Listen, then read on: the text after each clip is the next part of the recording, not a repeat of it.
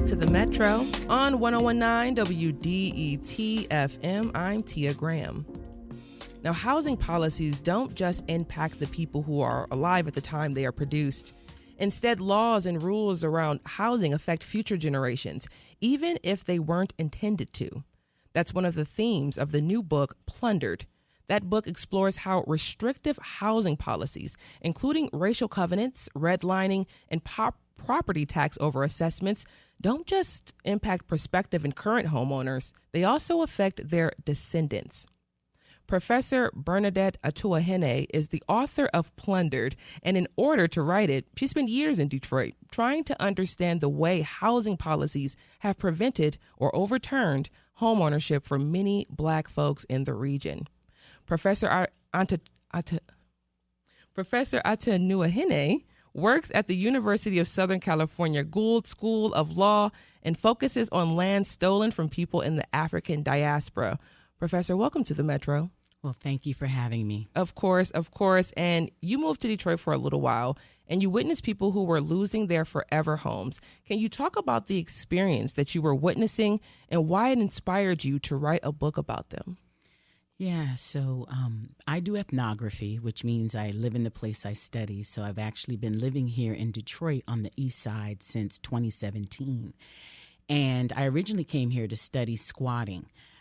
But as soon as I was studying squatting, I came across the property tax foreclosure crisis. And when I first came across it, at the time, I knew a lot about mortgage foreclosure as a property professor, but I knew very little about property tax foreclosure. And when I started to do my homework, I found that since 2009, 1 in 3 homes has been confiscated for failure to pay property taxes. 1 in 3. We haven't seen this number of property tax foreclosures in American history since the Great Depression. And my first study shows that between 2009 and 2015, in each of those 7 years, anywhere between 53 and 84% of properties were being assessed in violation of the Michigan State Constitution, which quite clearly says no property should be assessed at more than 50% of its market value. And when we divided the data into what we call 5 quintiles, quintile 1 being the lowest valued homes, quintile 5 being the highest valued homes, in quintile 1 and 2, we found 95% or more of the homes were being assessed in violation of the Michigan State Constitution.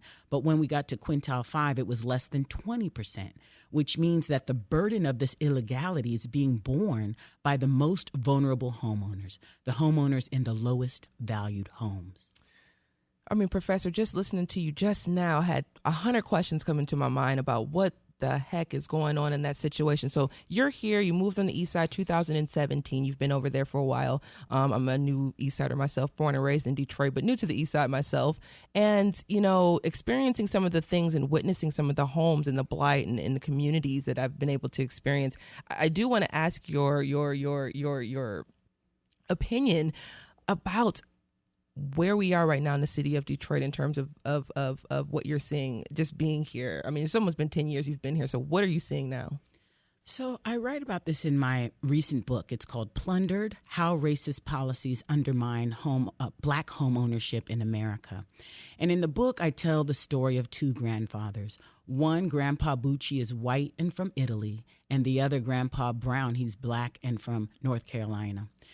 What's so interesting about both of them is they were both sharecroppers in their place of origin. Grandpa Bucci was a sharecropper in Italy under a system called mezzadria, and Grandpa Brown was a sharecropper in the American South. And they both get to Detroit about the same time, between 1903 and 1905, and they both work at Ford's River Rouge factory, which many people listening to this program know was one of the dirtiest, most dangerous factories of all of the auto factories. And so they had very similar starting points, right? And the book shows you, it doesn't tell you, it shows you that how one factor called race made their outcome so different. So Grandpa Bucci at no point had an easy life. In fact, he only had 4 fingers. One of the fingers got cut off in a work accident because before he came to Detroit, he worked in the coal mines of France. And Grandpa Bucci was Italian before Italians became white. Okay. So Grandpa Bucci never had an easy life, but at no point did he have to deal with racial covenants tucked in deeds preventing him from living in certain parts of the city.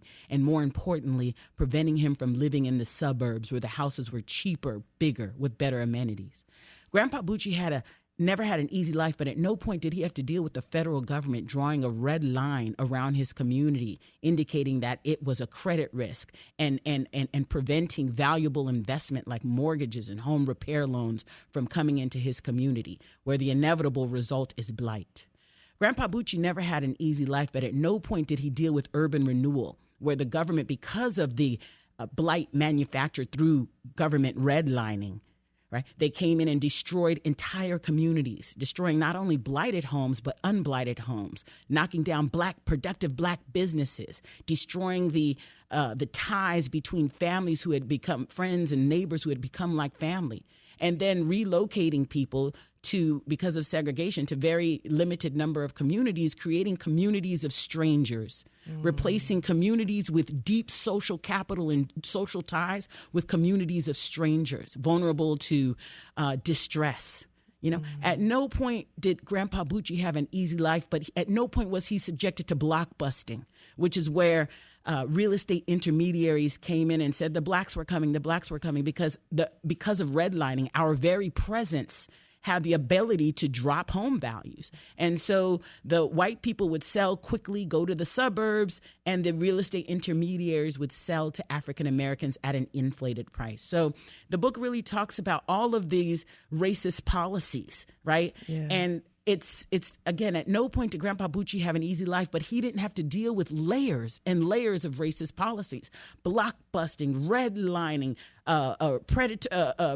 racial covenants, etc. Yeah. So Professor, once Grandpa Bucci is able to solidify himself, he's starting to see an upward mobility for himself. What happened to Grandpa Brown and his family? What happened to that generation, next generation of Browns? So that's the interesting part of the book, is that you see that Grandpa Brown's grandson, Robert Fakana, who used to be the Wayne County executive, yes, he inherits his grandfather's house in Livonia, which is worth over $250. I said, hey, Robert, why are you living in your granddaddy's house? He said, why wouldn't I? The note is paid off. Myrisha is the granddaughter of Grandpa Brown, and she inherited his home. But what she inherited was a money pit instead of a valuable asset. Why? Because of these layers and layers of racist policies. And so when you look at these unequal inheritances, right, both of these men started in Ford's River Rouge factory, the factories that made middle class people, launched people into the middle class. But you have two very different outcomes. But when people talk about Grandpa Brown, they say, oh, Grandpa Brown and his descendants have what they had because they worked hard. Honey, I'm here to tell you that the Grandpa Brown worked hard too. Okay. And when we look at black communities, we say, oh, my goodness, why are these black communities in such disarray? And guess who gets the blame? It's what's visible, the black people in those communities, right? The problem is having babies out of wedlock, crime, all of these, what I call narratives of personal irresponsibility. Racist policies have no shoulders on which to carry the blame. Racist policies are doing a lot of work, but they're invisible. They get off scot-free. And, because I do want to get to that point a little bit, but I do want to get to one of your big theses of your book. As we're talking about the two families, they were both sharecroppers. So they both had similar skill sets when they came here and they worked at Ford. And we see two different directions their families went into. And one of the big theses of your book is that predatory governance has stripped people of their homes. Simple. It's clear. You note that predatory governance happens when local governments intentionally or unintentionally raise public dollars through racist policies. Explain what you mean by that. Absolutely. That's one of the big concepts, again, of my book, Predatory Governance. That's one of the big concepts of my book called Plundered, How Racist Policies Undermine Black Homeownership in America. And again, as you said, predatory governance is when local governments intentionally or unintentionally raise public dollars through racist policies. And racist policies are any policy, practice, law, procedure that produces racial inequity. So what's happening with the property tax, because in Wayne County with the property tax, what we have is I did another study that showed, Wayne County has 43 municipalities. 33 have a supermajority, 70% or more of white people, and 3 have a supermajority of black people, Detroit, Inkster, and Highland Park. And one of my studies shows that the majority black cities are experiencing unconstitutional property tax assessments and foreclosures at a far, far greater rate than the majority white cities, right? This is racial injustice. These are what I call racist policies.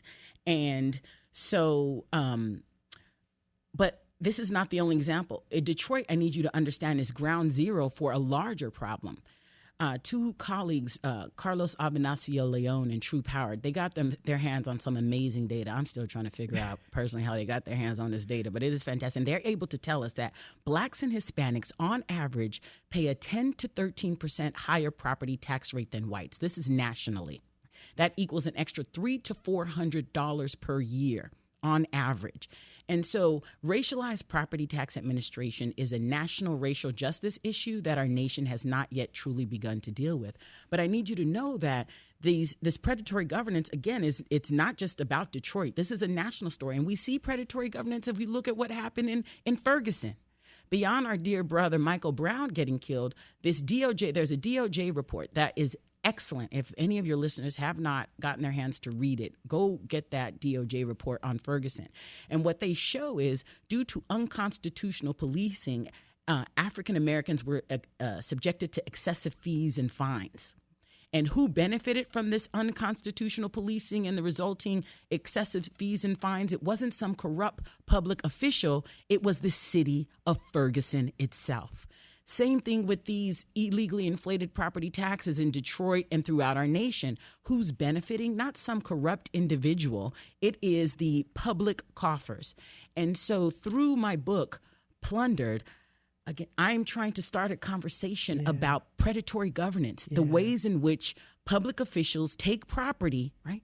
And they raise public dollars through racist policies. This is a conversation that's long overdue. And in the book, there's so many other examples, like abuses of civil forfeiture. I could go on and on. Yeah, you're listening to the Metro on WDET, Detroit Public Radio, and we're speaking with Professor Bernadette Atuahene. She's the author of Plundered: How Racist Policies Undermine Black Homeownership in America. And I do want to dovetail off that a little bit, because you're talking about predatory governance in examples. And an example of one is an exclusionary zoning, which is an example that you write in the book. You have a story of exclusionary zoning where Livonia's Democratic mayor from 1970 to 1986, Edward McNamara, there is a terminal in the airport named in his honor, of course. He declined to take $1 million in annual federal funding to uphold exclusionary zoning. So what is exclusionary zoning? How does it work, and how does it play into predatory governance? Right. So, back in the day, you had one of these, the mayor of Dearborn, just blatantly saying, I don't want black people in my city, right? They used to just blatantly say it. I don't want black people in my city. And so the numbers were low. But now in a city like Livonia, we don't have these politicians saying we don't want black people, but somehow the number of black people in these cities is remarkably the same as it was 40, 50 years ago. So what's happening now? I've always wanted to know. Tell me. Part of what's happening now is something called exclusionary zoning. And so what that is when localities have different requirements, lot size requirements, et cetera, which means that how that really translates is that means that that locality has no space for affordable houses, right? They make the lot size big so that only large houses on large pieces of land, so only expensive houses can exist in these particular localities, which means, again, and that's a choice. And that's a choice that they're making, right? To have these large lot sizes and not make room for more affordable housing. And so that keeps out African Americans. So they no longer need to have these blatantly racist saying keep out, right? It's more through these race neutral laws and policies that they are keeping African Americans out. So while Maureen Bronson, right, the former mayor of Livonia, had this whole, after George Floyd, had a racial commission, to look into racism. No. We don't need a racial commission to look into racism. Why don't you go ahead and do something about that exclusionary zoning and those lot sizes? And that, if you are really serious about taking action, that's the action you will take instead of forming these committees. And Professor, I do want to get to, the book more, because you do, of course, talk about so much within the book and you really dig into a conversation here. So I want to get to 2 points. Number one, you have a beautiful Maya Angelou quote about resilience and fighting for more despite the odds in the book. So the quote says, "You may shoot me with your words. You may cut me with your eyes. You may kill me with your hatefulness, but still, like air, I'll rise." Yes, come on, sister. Talk Maya. about why you put that in the book and where do you think that resilience comes from, especially within Black people, especially within the city that you've been able to live in for the last almost decade. Yeah. Black people are a miracle. Okay. Black people are a miracle because we've gone through again. And what I need you to understand is Detroit is really ground zero. Whatever's happening in Detroit is really a model for what's happening in other Black communities throughout the nation, because Detroit's an 80% Black city. So all of these racist policies, you'll find them in Detroit, but you'll also find them in other areas. So to have a people who have gone through, as I explained earlier, racial covenants, redlining, block busting, urban renewal, and more recently, predatory mortgage lending, racialized property tax administration, layers and layers of racist policies. Yet here we are, still standing, still thriving. And that is, again, that is why we need to understand that, again, Black people are a miracle. And before I let you go, because we got about a minute and a half here, the conversation that you want to start, one of the conversations you want to start is it's not the people's fault. It's not the person's fault next to you. It's not your neighbor's fault that we're seeing the things that are happening right now in the city of Detroit and in other Black communities and cities across the country. It's a policy issue, and we need to understand the policies and what's going on. So let's talk about that briefly as we can, the importance of having that conversation. Yeah. So we're fighting back. So we have the Coalition for Property Tax Justice, which is a coalition of over a dozen grassroots organizations dedicated to 3 goals. Number 1, to stopping unconstitutional property tax assessments. Number 2, stopping these foreclosures until we can make sure that people are being foreclosed on for taxes they actually owe. And number 3 is to provide compensation. And so we are actually having a press conference and rally on Friday, May 16th at 3:15 in front of the Detroit Public Library, where we're really going to be gathering and talking about all of these issues, specifically a report that just came out from the city of Detroit. A neutral organization called the IAAO recently published a report and this is a report commissioned by the city, and the report shows that the lower valued homes in Detroit till this day are still being assessed in violation of the Michigan State Constitution. Again, the problem is still existing. And so that's what we're going to be lifting up and talking about at this press conference, is solutions to, again, nipping this problem in the bud. We're going to be lifting up the study, explaining the study to people, because there are certain parties who are obfuscating what the study says. And so we're going to make it plain for the people. Professor Bernadette Atuahene is the author of Plundered: How Racist Policies Undermine Black Homeownership in America. I want to say thank you so much for joining us on the Metro. I'm hoping that we can talk to you again about this book, Plundered. Amazing. And just to say one last thing, Ibram X. Kendi and Rashida Tlaib are going to be our featured speakers at the press conference and rally. And again, everybody buy the book, Plundered: How Racist Policies Undermine Black Homeownership in America. God bless you, sis. Thanks for this conversation. Of course, Professor Atuahene, thank you so much for joining us today. This is WDET-FM, Detroit Public Radio, your connection to news, music, and conversation. And this is the Metro. You all stay right there.